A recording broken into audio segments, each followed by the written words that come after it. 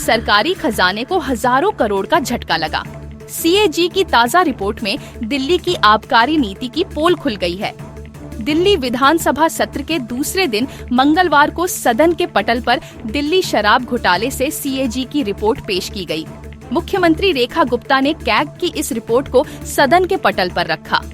नियंत्रक और महालेखा परीक्षक सीएजी की ताज़ा रिपोर्ट में दिल्ली की आबकारी नीति में गंभीर खामियां उजागर हुई हैं, जिससे सरकार को 2026.91 करोड़ का नुकसान हुआ। रिपोर्ट के मुताबिक आबकारी विभाग ने नियमों का सही पालन किए बिना लाइसेंस जारी किए, जिससे पारदर्शिता की कमी रही और सरकारी राजस्व को भारी क्षति पहुंची। दिल्ली सरकार के कुल कर राजस्व का 14% हिस्सा आबकारी विभाग से आता है, लेकिन नीति में अनियमितताओं के चलते सरकार को बड़ा नुकसान उठाना पड़ा। रिपोर्ट के अनुसार शराब की खुदरा दुकानों के नहीं खुलने से 941 करोड़ की हानि हुई।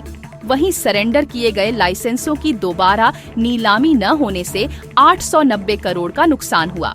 कोविड-19 के नाम पर कारोबारियों को दी गई छूट से सरकार को 144 करोड़ की क्षति हुई, जबकि उचित सुरक्षा जमा राशि न लेने से 27 करोड़ का घाटा हुआ। आबकारी नियमों के तहत किसी कंपनी को अलग अलग प्रकार के लाइसेंस नहीं दिए जा सकते, लेकिन कुछ कंपनियों को थोक, खुदरा और होटल रेस्तरां लाइसेंस एक साथ जारी कर दिए गए।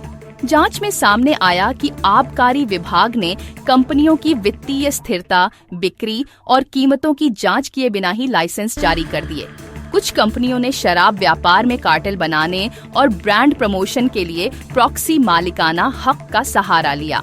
वहीं थोक विक्रेताओं को शराब की फैक्ट्री से निकलने वाली कीमत तय करने की पूरी छूट दी गई, जिससे कीमतों में हेरफेर हुआ और सरकार को उत्पाद शुल्क के रूप में नुकसान हुआ।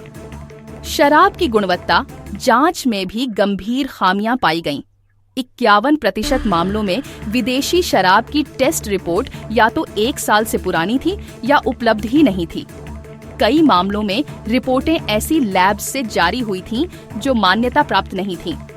आबकारी खुफिया ब्यूरो की भूमिका भी कमजोर रही, क्योंकि जब्त की गई 65% शराब देसी शराब थी, जिससे अवैध आपूर्ति का बड़ा संकेत मिला।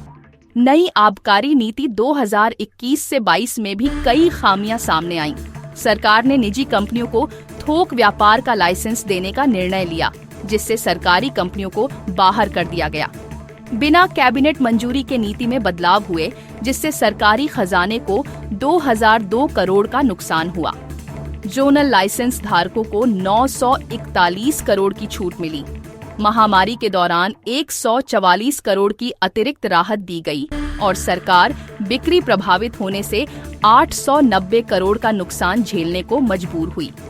सीएजी ने सिफारिश की है कि लाइसेंस प्रक्रिया को पारदर्शी बनाया जाए, कीमत निर्धारण में पारदर्शिता लाई जाए और नकली शराब की रोकथाम के लिए गुणवत्ता नियंत्रण सख्त किया जाए। शराब की तस्करी रोकने के लिए आधुनिक तकनीक और डेटा एनालिटिक्स का उपयोग जरूरी बताया गया है। सीएजी की रिपोर्ट को जांच के लिए पीएसी पब्लिक अकाउंट्स कमेटी के पास भेजा जाएगा।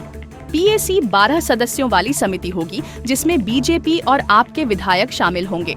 समिति रिपोर्ट की समीक्षा कर विधानसभा अध्यक्ष को अपनी रिपोर्ट सौंपेगी। रिपोर्ट के बाद सदन इस बात पर फैसला लेगा कि राजकोष को हुए नुकसान के लिए जिम्मेदार लोगों के खिलाफ क्या कार्रवाई की जा सकती है। जांच के तहत पूर्व मुख्यमंत्री अरविंद केजरीवाल जीओएम यानी आबकारी नीति के लिए मंत्रियों के समूह का हिस्सा रहे। पूर्व आप मंत्री, अधिकारी व निजी व्यक्तियों को समन जारी किया जा सकता है।